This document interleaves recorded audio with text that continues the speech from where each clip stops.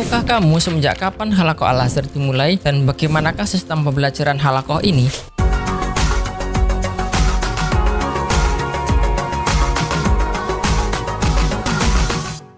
Halaqah Masjid Al-Azhar telah dimulai semenjak berdirinya masjid ini. Tentu saja sudah lebih dari 1000 tahun. Dari situlah Halaqah dimulai. Saya Ustadz Dr. Ahmad Ma'bad Abdul Karim menambahi, di waktu itu salah satu yang mengajar misalnya Syekh Abdul Halim Mahmud. Beliau mengajar dalam satu halaqah setelah sholat duhur. Juga Syekh Sholeh Ja'fari yang makamnya ada di Darosah, beliau mengajar setelah sholat duhur. Begitu juga Syekhul Faham, Syekhul Azhar, Syekhul Bakuri ketika menjadi wazir, beliau juga ada di sini. Tidak ada seorang ulama semenjak masjid ini didirikan kecuali yang menjadi pengajar memiliki kemampuan yang mana tingkat keilmuannya tidak kalah dengan tingkat akademisnya. Ilmu beliau. Mereka juga dalam risalahnya ini tidak hanya pada kelompok tertentu, akan tetapi seperti yang kalian lihat saat ini, di mana dihadiri oleh laki-laki dan perempuan, juga dihadiri oleh anak-anak. Di masjid ini mereka menemukan ilmu yang mereka cari dalam bidang syariat. Ringkas beliau. Sejak dulu saat Al-Azhar didirikan demikianlah adanya. Pengajaran ini tidak terputus, terlebih ketika dipimpin dan diasuh oleh Syekhul Azhar, Imam Ahmad At-Thayyib yang menjadi lebih berkembang, bahkan sampai dibukanya dari setiap ruwak yang ada di sini cabang di masing-masing daerah. Di setiap daerah terdapat markas ruwak yang memiliki risalah yang sama serta adanya muhadharah dan pertemuan keilmuan antara para pemikir dan siswa sepanjang tahun.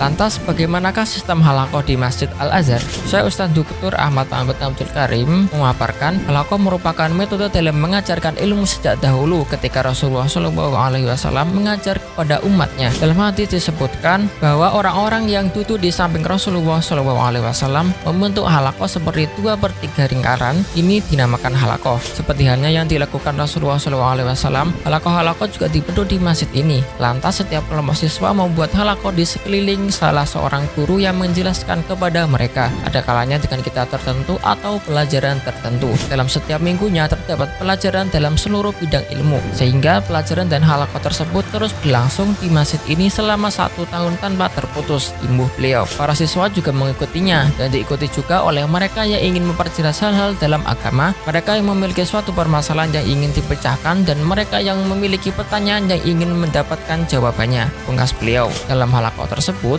gurunya adalah dosen yang harus masuk dalam anggota pengajar di Universitas Al-Azhar. Kemudian perkataan yang harus disampaikan dalam halaqah ini haruslah perkataan yang terpercaya dan memiliki kedalaman pemahaman dan akurasi yang tinggi, sehingga semua yang hadir mendapat faedah yang diinginkan sesuai dengan kemampuannya.